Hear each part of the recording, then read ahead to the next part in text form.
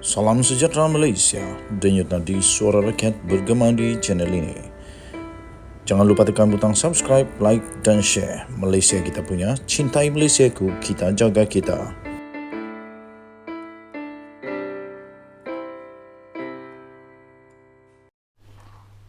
Salam sejahtera Malaysia, denyut nadi suara rakyat bergema di channel ini. Datuk Seri Ismail Sabri Yaakob pun akhirnya disebut namanya di dalam isu projek Jana Wibawa bernilai 5.7 bilion ringgit Malaysia. Kamu jangan skip video ini kerana video ini sangat penting untuk kamu, untuk kita, untuk anda, untuk pakcik-pakcik, untuk makcik-makcik, untuk uncle-uncle, untuk anti-anti, semua rakyat Malaysia memahami apa sebenarnya yang sudah berlaku sebenarnya di dalam projek Jana Wibawa bernilai 5.7 bilion ini. Rupa-rupanya, Presiden Persatuan Kontraktor Melayu Malaysia sudah pun pernah membawa kes ini, meminta bantuan kepada bekas Perdana Menteri pada ketika itu, iaitu Datuk Seri Ismail Sabri Yaakob, berkenaan dengan projek Jana Wibawa ini yang perlu disiasat. Pada ketika itu, Datuk Seri Ismail Sabri Yaakob berkomitmen untuk membantu menyiasat perkara ini, mengapa boleh berlaku dan kenapa perkara seperti itu dibenarkan berlaku. Malangnya tidak sempat bagi Datuk Seri Ismail Sabri Yaakob untuk menyiasat kerana yang apa terjadi ketika itu kita semua tahu. Semua orang duk sibuk berpolitik. Semua orang duk sibuk nak mempertahankan bontot masing-masing, mempertahankan kerusi masing-masing, mempertahankan kuasa masing-masing sampai tak ada masa untuk menyelesaikan masalah-masalah rakyat. Rupa-rupanya, projek ini bukan saja projek yang amat bermasalah, tetapi projek yang penuh dengan masalah. Masalah antara lainnya yang memang jelas di dalam projek ini, menurut Presiden Kontraktor Melayu Malaysia, projek ini telah diberikan kepada manusia-manusia yang ada lesen kontrak, yang tidak ada pengalaman, yang tak tahu buat kerja, yang hanya tahu mengampu Perdana Menteri, yang hanya tahu mengipas Perdana Menteri, tahu kipas parti politik, yang tahu hanya cuba untuk jek. Yang penting berbaik-baik.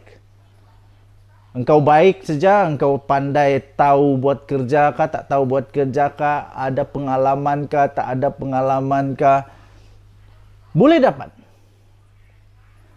dapat pada ketika itu. Tuan-tuan dan puan-puan yang dihormati sekalian. Menurut Presiden PKMM juga, iaitu Persatuan Kontraktor Melayu Malaysia juga, projek Jana Wibawa ini adalah merupakan satu rahsia.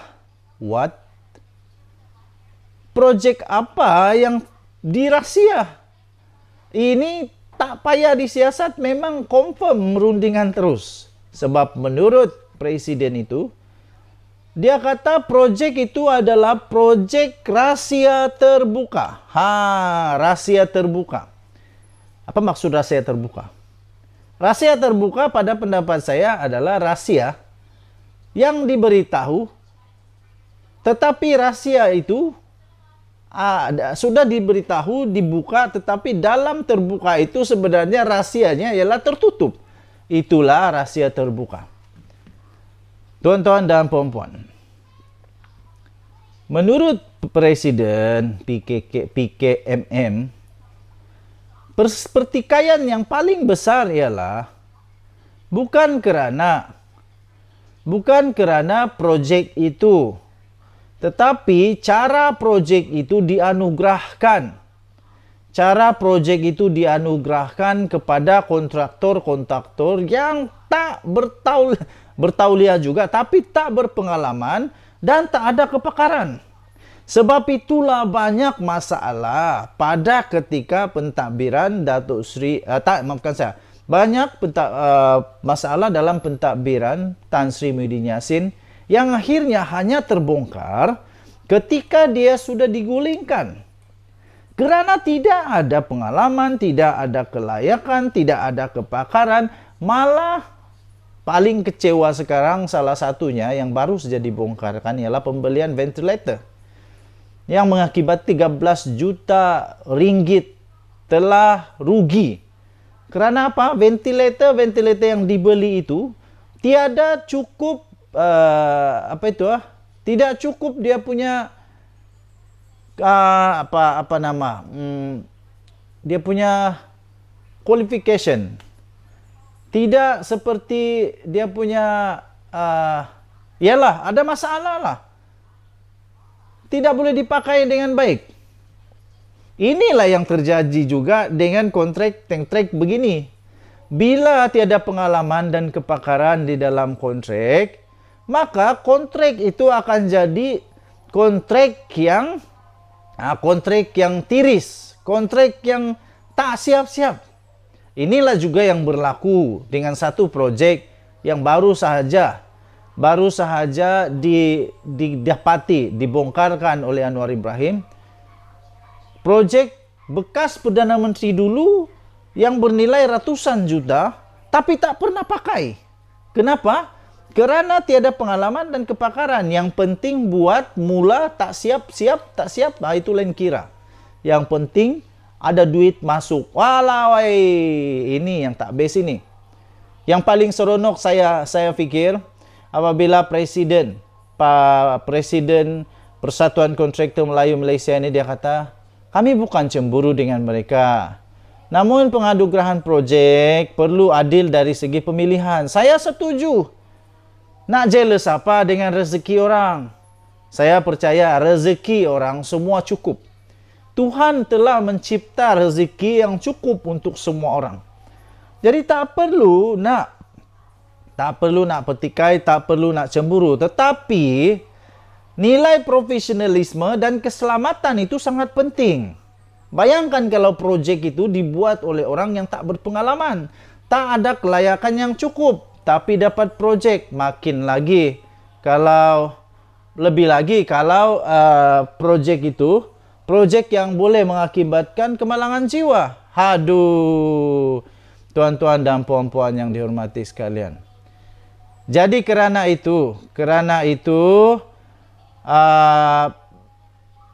ramailah yang akan bakal disiasat kali ini. Antaranya bekas Perdana Menteri, antaranya Menteri Keuangan, antaranya pegawai-pegawai di dalam projek yang berkenaan, dan yang disebut oleh Presiden PKMM ini ialah dia kata yang perlu untuk disiasat ialah nombor 1 pegawai kerajaan di Ministry of Finance, Kementerian Keuangan. Juga di mana? Jabatan Kerja Raya, Jabatan Pengairan dan Saliran. Jadi saya fikir semua yang dia sebut ini ada termasuk di dalam projek Jana Wibawa. Nanti kita akan korek sama-sama projek-projek mana. Dan satu lagi dia kata, Presiden itu turut berkata dia ingin mengetahui projek apa dan siapa yang dapat. Kalau saya, lebih tepat lagi saya nak tengok ialah projek itu sudah sampai di mana tahapnya. Betul-betul ada atau tiada itu projek, ataupun hanya sekadar supaya ada nampak kepala surat ada projek, kepala tajuk ada projek, tapi projeknya tak ada, wangnya sudah rilis 20%, 30% kah, berapa persen. Kita minta supaya SPRM, kita minta supaya mereka yang berkenaan untuk cepat-cepatlah siasat perkara ini sebelum lebih melarat panjang, sebelum boleh menjadi salah satu kebiasaan buruk yang bakal berlaku lagi kalau tak dibendung di negara Malaysia. Denyut Nadi Suara Rakyat bergema di channel ini. Jangan lupa untuk tekan butang subscribe, like, dan share. Kita jaga kita. Kita jumpa lagi. Bye-bye.